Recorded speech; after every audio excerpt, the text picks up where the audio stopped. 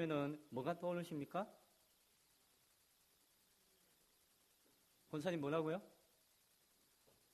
스팸 하면은 그거 돼지고기 통조림 깡통. 그렇죠? 스팸. 그리고 어떤 분은 또 어떤 분이 어떤 게 떠오르시나요? 스팸 메일. 스팸 메일. 그거 쓰레기 같이 불필요한 메일 떠오르는 겁니다. 전혀 다른 것 같지만은 그게 하나의 의미입니다. 똑같은 뜻입니다. 스팸이라고 하는 단어는 미국에 있는 그 음식회사, 식품회사가 돼지고기로 깡통 통조림을 만들어가지고 그것을 이제 판매할 때에 그 이름이 스파이스드 햄, 이제 향료를 많이 집어넣은 햄이다 해가지고 팔다가 그것이 나중에는 스팸 이렇게 불려지게 되었다고 합니다. 스팸이 그 깡통 통조림 이름이 맞습니다. 그런데 이제 그 통조림은 들어가는 내용은 돼지고기, 안에 들어가는 것은 향신료, 그 이외에는 특별히 개발하거나 발전시키거나 뭐 할 게 없다는 것이에요. 뭐 품질이 좋아지거나 뭔가 나아져야지 점점 판매가 신장되어지는데 더 이상 이 물건은 빤한 것이고 양은 엄청나게 뒤에 재고가 쌓여져 있기 때문에 이 회사가 이렇게 이것을 위해서 만든 방법이 뭐냐면은 이것을 전 세계적으로 통조림이니까 전 세계 방방곳곳에 판매하자. 그러기 위해서는 우리의 어떤 예산 가운데서 상당한 숫자의 홍보비, 광고 비용을 책정하자. 그래서 제품의 개발이나 그것보다도 홍보비에 엄청난 물량을 쏟아부어가지고 스팸 하면은 이제 엄청난 광고로 유명한 그러한 물건의 대명사가 되었다라고 합니다. 그래서 그 이후에는 광고, 상업적인 광고를 스팸이다라고 이렇게 부르기도 하였고 그 이후에는 원하지 않는데 자꾸 오는 것, 좀 잠깐 귀찮게 하거나 힘들게 하는 그냥 광고나 메일이나 그런 것들에 대해서 이제 스팸 메일이다, 스팸 문자다 이렇게 표현하여서 업신여기는 그런 표현으로 사용되어지고 있습니다.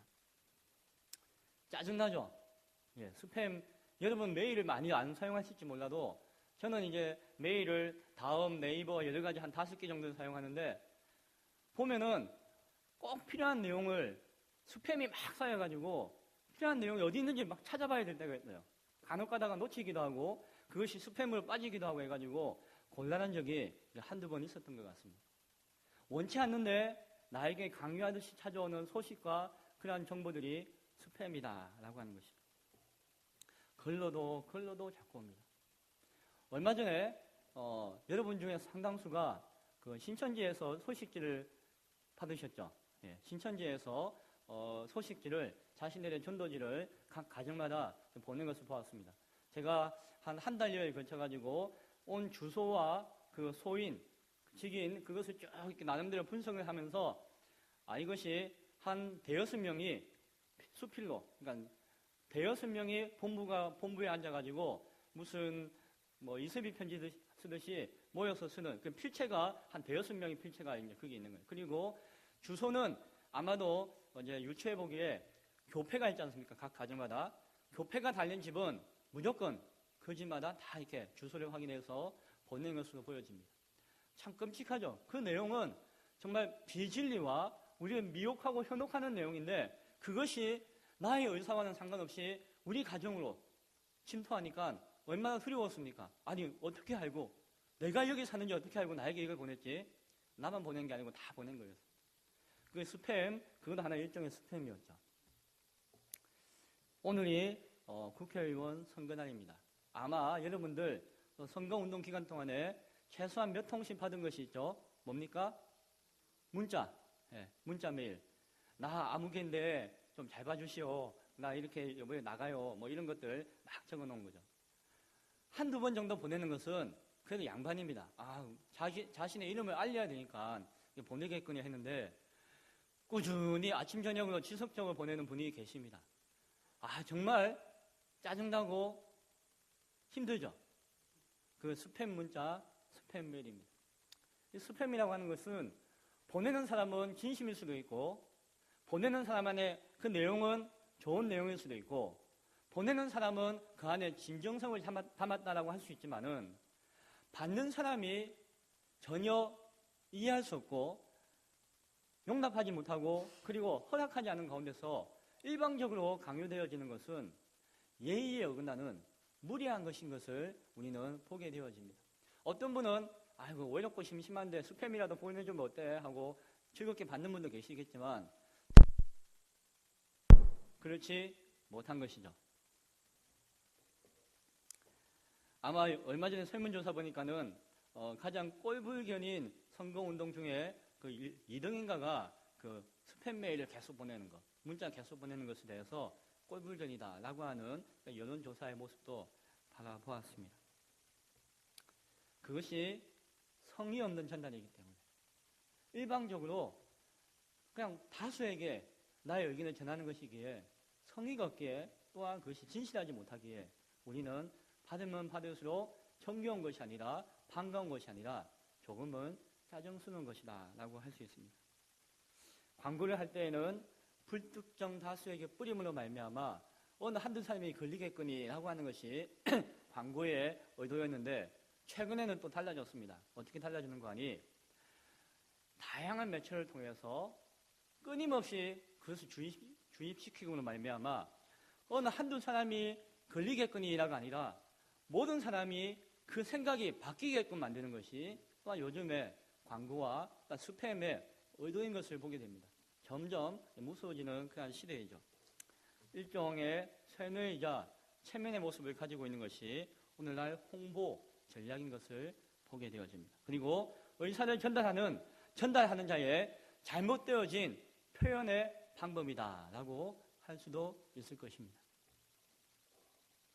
그런데 이것은 우리 신앙 안에서도 교회 안에서도 다를 바가 없다는 것을 우리는 한 번쯤 생각해 보아야 합니다. 상업적인 이익의 효과가 있고 또한 단기적인 효과는 많을지 몰라도 하나님의 영원한 진리를 전하는 데 있어서 오히려 교회가 이런 방법으로서 복음을 전하거나 또한 자신의 전하고자 하는 의도를 담아서 전할 때에는 역효과가 날 수 있음을 우리는 잘 알아야 한다라고 하는 것입니다. 그것은 모든 것에 있어서 마찬가지입니다. 성경 가운데서 주어진 그 사랑의 의미를 가슴에 딱 간직하고 그 진실한 마음 가운데 전도해야 하고 설교해야 하지. 그리고 그 복음의 전파함과 하나님의 말씀을 들을 때에 그 속에 성령께서 역사하시는 것이지 전하는 자의 의도만은 강조되어서 전하는 것만으로서 의미를 가진다면은 거기에는 한계와 함께 부작용이 생길 수 있다라고 하는 것이죠. 복음 전도가 스팸 메일이 되어서는 결코 안 될 것입니다. 그렇죠? 복음이 스팸 취급당하면 안 된다라고 하는 것이죠. 따라서 불특정 다수를 향해서 우리가 전도하고 선교할 때에는 상당히 조심해야 됩니다. 상당히 조심해야 됩니다. 그 안에 나의 진심을 담아야 하고 한 사람이라도 기도하는 마음 가운데 다가가서 그 영혼을 위한 전도가 되어야 한다는 것입니다. 그리고 선교가 되어야 한다는 것입니다. 어떠한 효과를 위해서 어떠한 규모를 위해서 하는 것에 있어서는 당장에는 무엇인가 의미가 있을지 몰라도 결국에는 오히려 역반응이 나타날 수 있다. 오히려 세상으로 하여금 스팸 같은 이미지와 그러한 어떤 것으로 인식되어질 수도 있다라고 하는 것을 기억해야 됩니다. 쉬운 게 아닙니다. 설교도 스팸이 되어서는 안 됩니다. 그렇죠? 설교도 스팸이 되어서는 안 됩니다. 예배의 자리가 아니라 준비되어진 마음이 아니라 준비되어진 마음으로 예배의 자리에 와서 하나님의 음성으로 듣는 그한 설교가 나에게 들려질 때에 그 설교는 설교로서 가치가 있고 성령께서 역사하실 것입니다. 그러나 전혀 준비되어진 신명이 아니라 그냥 보여지고 들려지는 설교로 그쳐버린다면은 그것은 일종의 스팸과 같이 여겨질 수도 있다라고 하는 것입니다. 오늘날 방송을 통해서 수많은 설교가 우리에게 들려지고 있고 심지어는 교회 안에서도 큰 교회에서는 교회 안에서도 하루에도 여러 번에 걸쳐서 예배와 설교가 진행되어지고 있지만은 예배의 자리로 나아가지 못하는 사람이 단순히 내 귀로 눈으로 그 설교를 보고 듣겠다라고 생각하고 나올 때에는 그 사람에게는 그 설교조차도 하나님의 거룩한 음성조차도 스팸과 같이 여겨질 수 있다는 것이 우리가 한 번쯤 생각해야 될 중요한 내용인 것입니다. 하나님의 진리를 따르는 것, 그 특징에는 하나님이 계획하시고 세우신 질서가 있다라고 하는 것과 그리고 교회 안에 평화, 화평을 이루는 모습으로 이루어진다는 사실을 우리는 명심해야 됩니다. 질서 없이 무질서하게 그리고 화평함 없이 그냥 자기의 중심에 자기의 생각만 드러내는 식으로 하나님의 일이 하나님의 교회에서 일어나서는 안 된다라고 하는 것이죠. 만약에 그런 모습이 있다라고 하면은 행여나 있다면은 그것은 우리가 다시 한 번 더 돌아봐야 할 조심스러운 것이 되어질 수 있다. 내용이 진실하다 할지라도, 내용이 중요하다 할지라도, 내용이 가치 있다 할지라도 전하는 자의 일방적인 것이 되어지면은 하나님의 일이라 할지라도 그것이 세상 앞에 하나님 앞에 온전히 그 역할을 감당하지 못할 수가 있다라고 하는 것입니다. 오늘 저는 고린도전서 14장의 말씀을 통해서 이런 의미에서 오늘 이 말씀을 함께 나누기를 원합니다. 오늘 제목이 무엇인가요? 오늘 설교의 제목이 여기에 거의 95%가 여자분이신 것 같은데 오늘 이 교회 안에서 잠잠해야 한다라고 이 말씀을 이해하게 되어지면은 상당히 곤란해집니다. 그렇죠? 그리고 상당히 언짢아질 수도 있고 이게 뭔가 싶기도 합니다. 그래서 제가 뒤에다 물음표를 하나 딱 쳤죠. 잠잠하라. 이게 긴가민가 무슨 뜻인가? 오늘 이 본문의 오늘 이 표현은 많은 오해와 또한 논란의 소지가 있어갖고 또 일으키고 있는 것을 보게 되어집니다. 사도 바울은 사도 바울은 뭐라고 해도 그냥 가부장적인 유대주의에 쩔어있는 하나의 남성 우월주의자다라고 이렇게 폄하하는 그런 사람들이 있기도 합니다.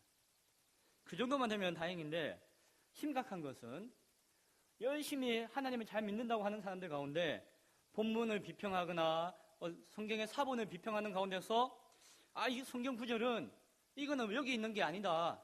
어디 딴 데 있는 게 옮겨온 것이다. 그리고 이 위치가 잘못된 것이다. 그리고 이게 뭔가 전체 문맥하고는 맞지 않는 것이다. 하나님의 의도와는 상관없이 기록되어진 성경이다. 라는 식으로 성경을 이상하게 오해하거나 마치 이 본문이 불완전한 것인 것처럼 이렇게 이야기하는 경우도 많이 있습니다. 만약에 누군가가 오늘 성경을 탁 들고 와서 여자들은 교회에서 나대면 안 되고 조용해야 돼, 잠잠해야 된다고 주장한다면은 그 사람은 성경의 본래 의미를 깨닫지 못해서 성령을 모욕하는 사람이 될 수도 있다는 사실도 우리가 한 번쯤 기억해 보아야 할 것입니다. 사실 고린도전서 11장에서 이미 사도 바울은 교회 공동체 안에서 여인들이 공동체의 공적인 곳에서 기도를 하거나 오늘 우리 권사님 기도했듯이 또한 하나님 말씀을 전하거나 가르치거나 하는 것에 대해서 인정하고 있는 것을 보게 되어집니다. 그러나 그 가운데 질서 없이 무례하게 행하는 것에 대해서 주의해라라고 고린도전서 11장에서 언급하고 있지 그 행하는 행위에 대해서는 사도 바울이 제안하거나 그것에 대해서 뭐라고 하지 않았던 것을 보게 되어집니다. 따라서 교회에서 입 다물고 조용히 있어야 된다는 의미로서 이 말씀이 여인들에게 주어진 것은 아닐 것이다 라고 하는 것입니다. 이 말씀이 그러면 어떤 의미로 우리에게 다가와야 할 것인가? 사실 이 말씀은 예언과 방언에 관한 14장의 말씀 가운데 주어진 내용이다라고 하는 사실을 기억해야 됩니다.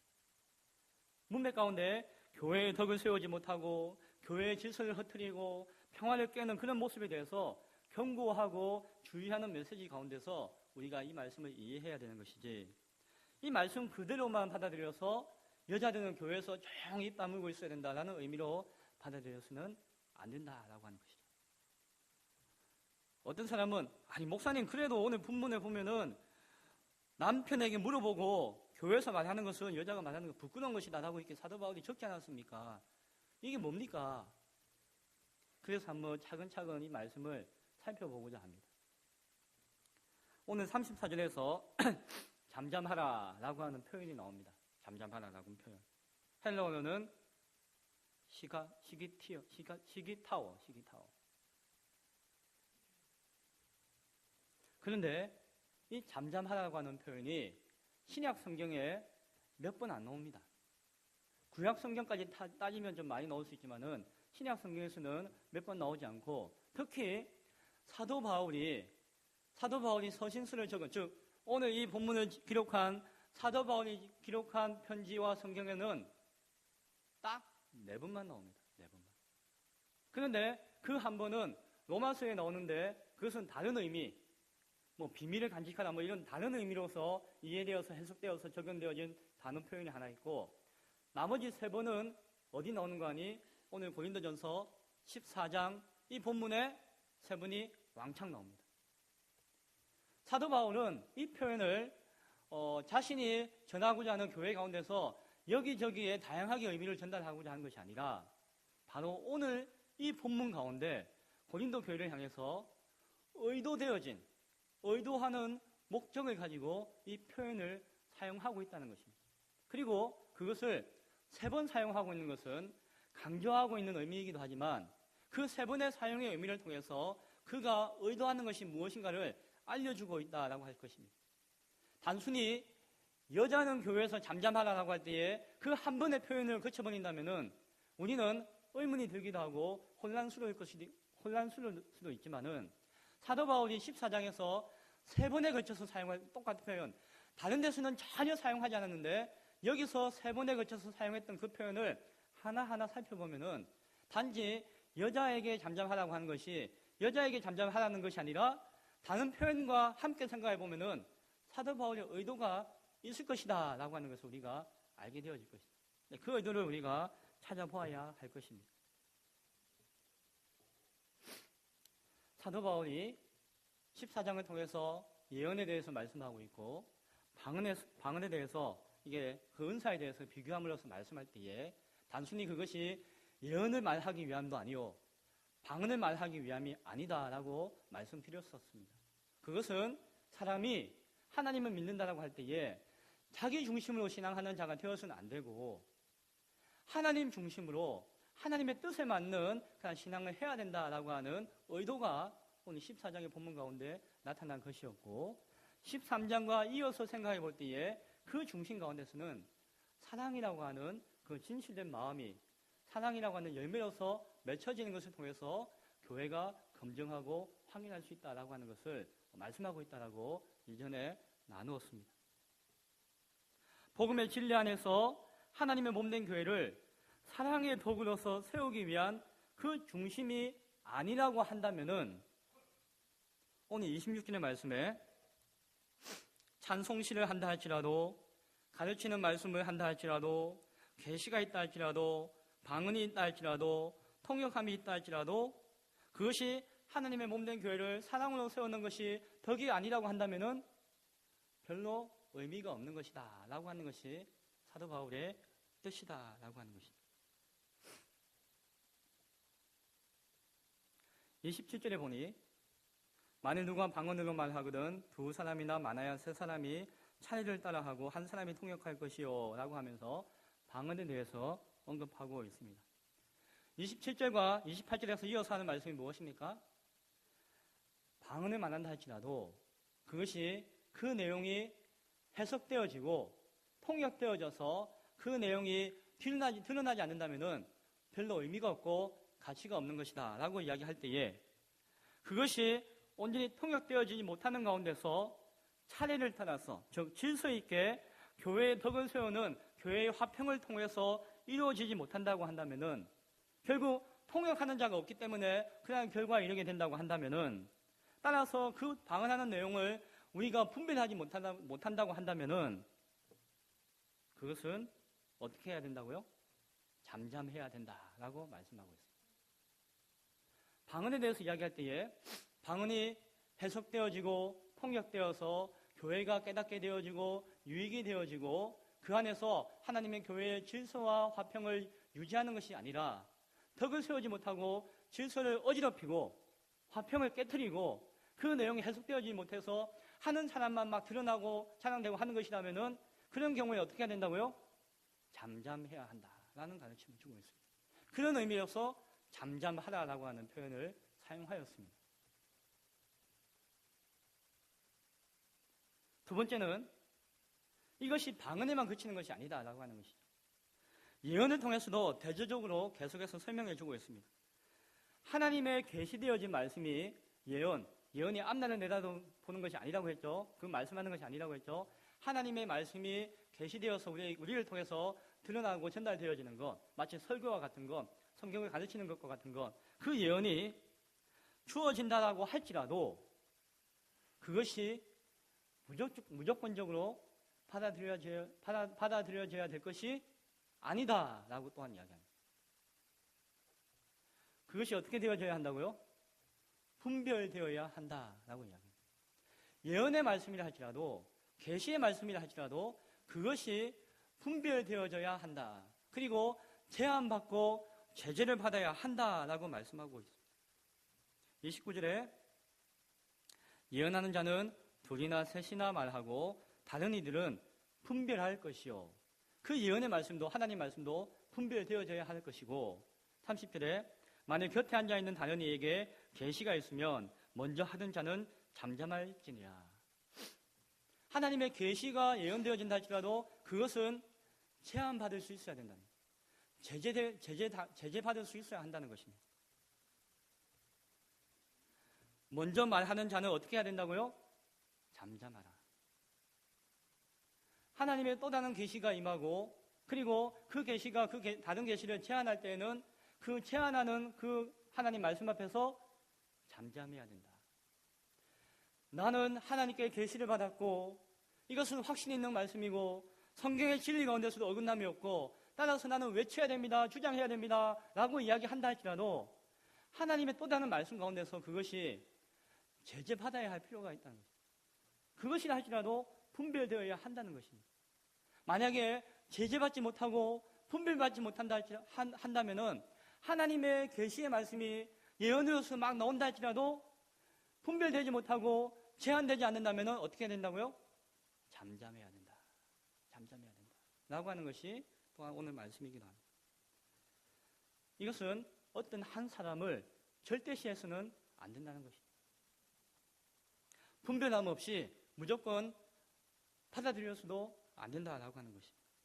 계시와 예언의 말씀이라 할지라도 그것은 또 다른 사람을 통해서 제한받고 제재받는 것이 되어야 한다는 것입니다. 절대적으로 드러나는 것이 있을 수는 없다라고 하는 것입니다. 쉽게 이야기하면은 교회 안에 누군가가 하나님의 특별한 음성을 듣고 하나님 말씀을 깊이 깨달아서 말씀의 분명히 붙들려서 크게 소리쳐서 주장하고 그 계시를 전하고 예언한다 할지라도 그것은 교회의 지도를 받아야 한다는 거죠. 그렇지 않으면은 잠잠해야 한다라고 하는 의미입니다. 그런데 여기서 오해해서는 안 되는 것입니다. 그 예언의 말씀의 주체이신 하나님이 제재받거나 제한받는 것이 아닙니다. 그 말씀이 제한받거나 제재받는 것이 아니라 그 말씀을 전하는 그 인간이 부족한 죄인이기 때문에 불완전한 그릇이기 때문에 그 인간이 제재받고 제한받아야 한다는 것입니다. 아니 내가 전하는 말씀은 이거 하나님 말씀인데 누가 감히 제재하냐 제한하냐. 그 하나님 말씀을 제한하는 것이 아니라 전하는 너희 입술이 제한받아야 한다라는 의미로서 말씀하고 있는 것입니다. 따라서 32절의 말씀에서 예언하는 자들의 영은 예언하는 자들에게 제재를 받나니 라고 분별하지 못하고 제재받지 못하는 것이 있다면은 그는 교회의 질서와 화평을 깨트릴 위험이 있기 때문에 어떻게 해야 된다고요? 잠잠해야 한다라고 합니다. 이것이 또 두 번째 사용되어진 잠잠하라라고 하는 의미입니다. 세 번째를 논하기 이전에 결국 사도 바울이 전하고자 하는 내용의 핵심은 무엇입니까? 33절 같이 한번 읽어봅니다. 33절의 말씀 시작.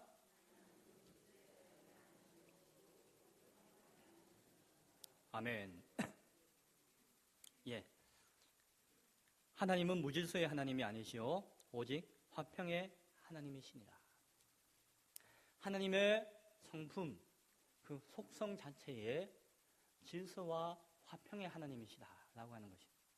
그것은 바꿔 이야기하면은 하나님이 창조하신 이 창조되어진 피조 세계가 질서와 화평 가운데 창조되었다라고 하는 것입니다.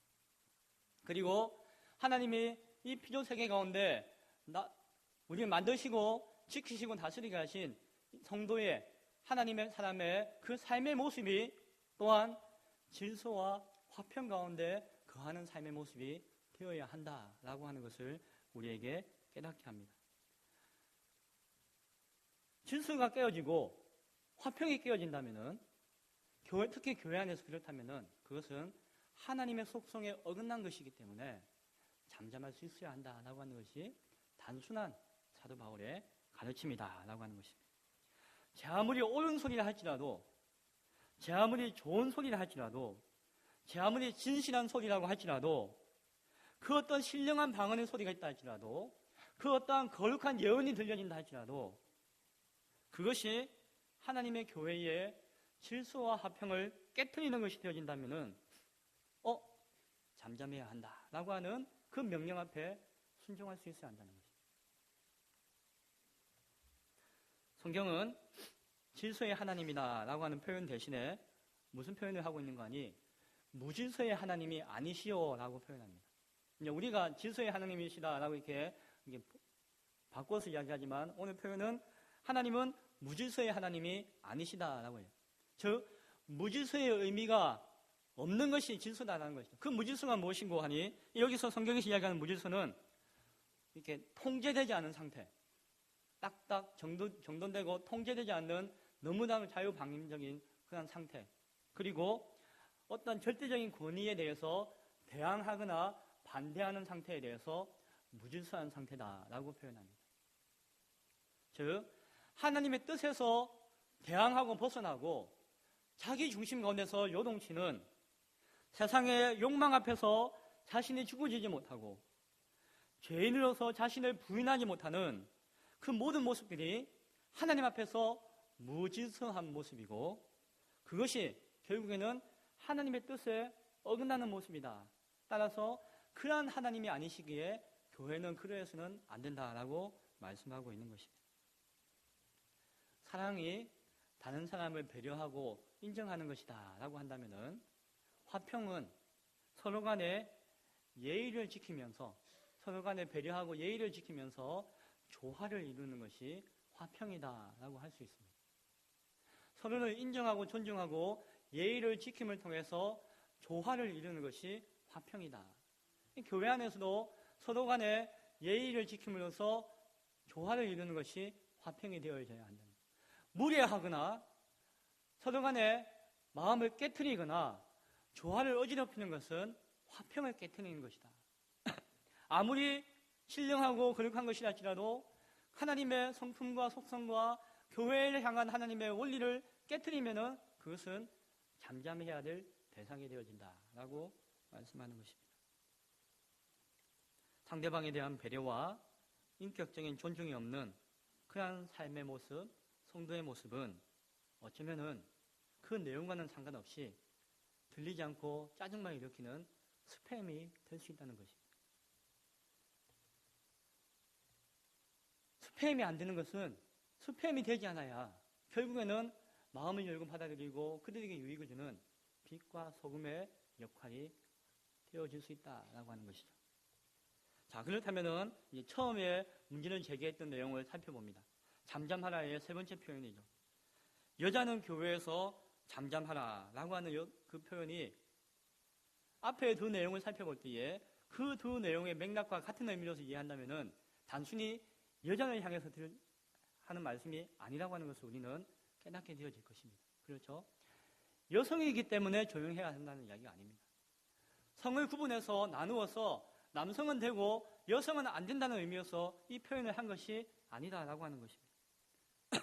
통역되어야 한다라고 하는 제재와 제한을 무시하는 방언자에 대해서 이야기하는 것이고 분별과 질서의 제재와 제한을 무시해서 안 된다, 무시하면 안 된다라고 하는 그것을 무시하는 예언자에게 주시는 말씀이다라고 하는 것입니다.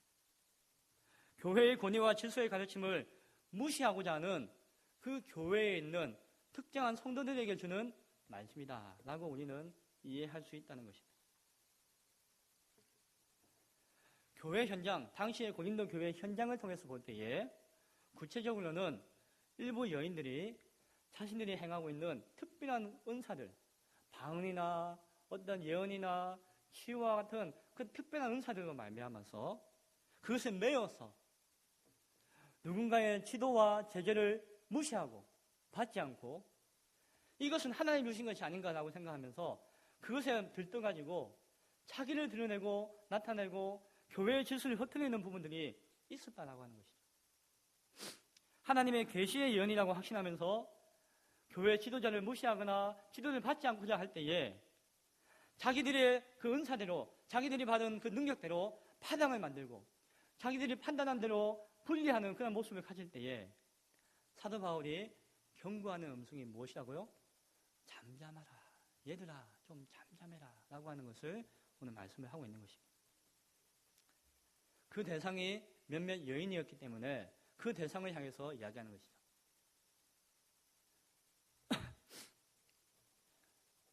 남편이라고 하는 존재를 통해서 여인들의 그 예민한 감각과 그런 은사와 능력들이 어느 정도 제한을 받아야 한다라고 하는 것을 우리는 창세기 3장 16절의 말씀을 통해서 이미 받은 적이 있습니다. 그렇죠? 창세기 3장 16절에 범죄하고 난 다음에 심판인 것 같지만 그를 살리기 위한 하나님의 은혜의 말씀 가운데 여인을 향해서 너는 남편을 원하고 남편은 너를 다스릴 것이니라 라고 하는 말씀이 있습니다. 교회 앞에서 제재받기 이전에 이미 가정에서 가정의 질서와 가정의 화평을 온전히 회복한다면은 그것이 우선시 되어져야 한다는 것이죠. 그러하면은 자연스럽게 교회에서 문제도 일어나지 않을 것이다 라고 하는 의미에서 35절의 말씀이 이어지고 있다라고 하는 것입니다. 방하는 자가 모두가 잠잠하라는 이야기가 아니었죠. 예언하는 자 모두가 잠잠하라는 이야기가 아니었죠. 여인들 모두가 잠잠하는 이야기가 아니다라고 하는 것입니다. 36절부터 37절에 언급하고 있는 바로 그 자들을 향해서 잠잠하라라고 말씀하고 있는 것입니다. 36절과 37절에 누구에게 향한 그 말씀입니까? 같이 37절까지 36절부터 한번 읽어보겠습니다. 시작.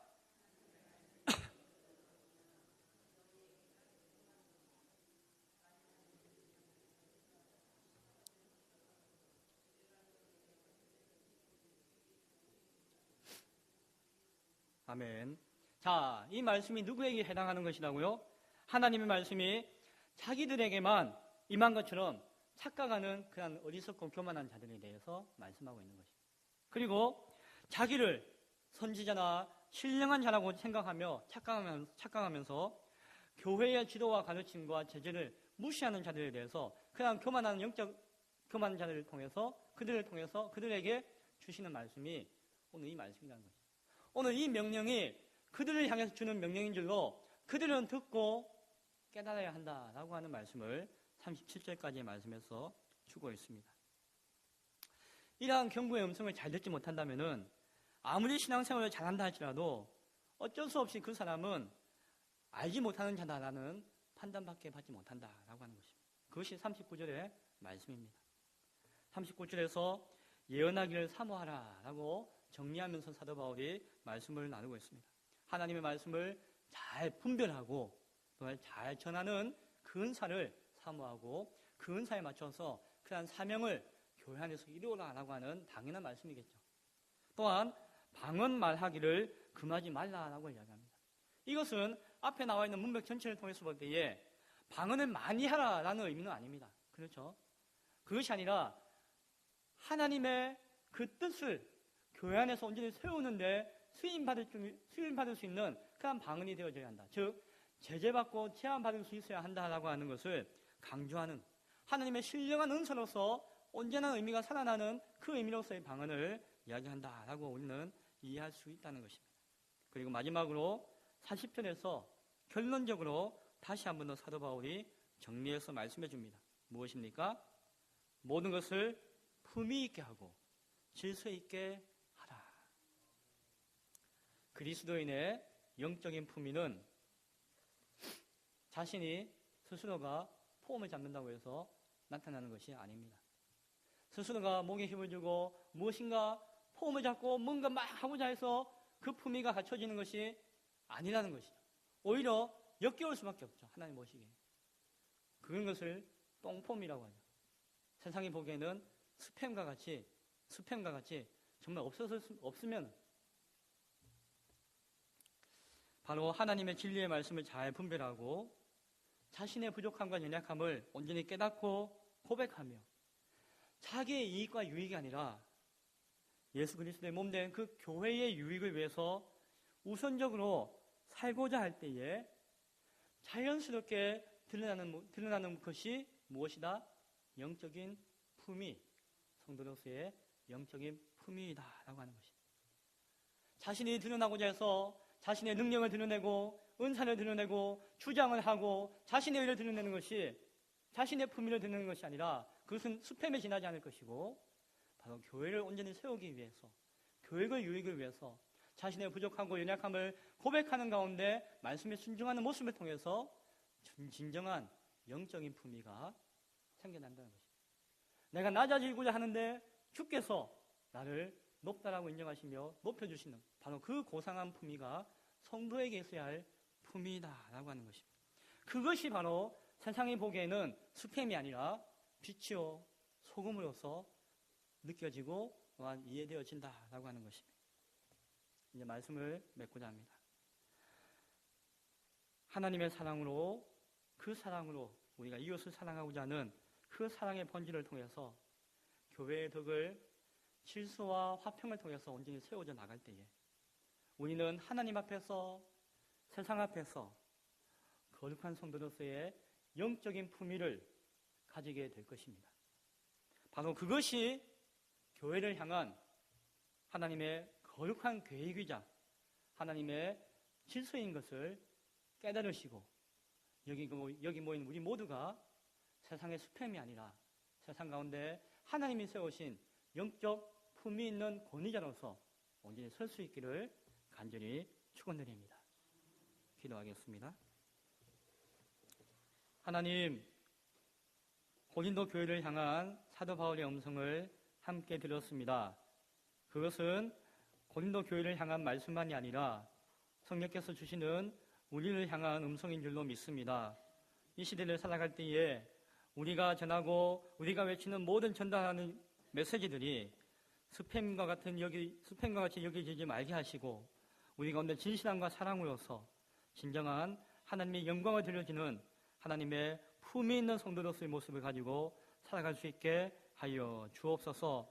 잠잠하라고 하는 그 명령 앞에 우리가 귀 기울이게 하시고 우리가 잠잠해야 될 때가 있다면은 잠잠하게 하시고 또 우리가 힘써 외쳐야 할 때가 있다면은 외칠 수 있는 분별하는 자 되어지게 하시고 점점 혼란스러운 시대 가운데 하나님의 질서를 우리가 잘 깨달아서 진정 이 시대 가운데 교회 가운데 화평을 이룰 수 있는 귀한 성도들 되어지게 주님 함께하여 주옵소서. 감사합니다. 예수님 이름으로 기도드리옵나이다. 아멘. 다 함께 찬송가 290장 찬송드리겠습니다. 찬송가 290장입니다.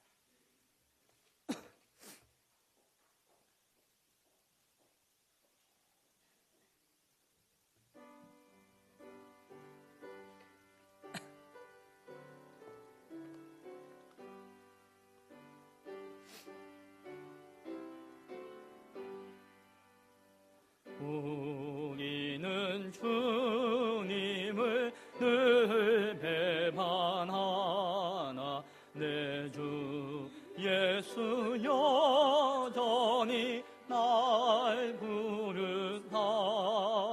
그 참되신 사랑을 베푸시나니 내 영예여 주님을 곧 따르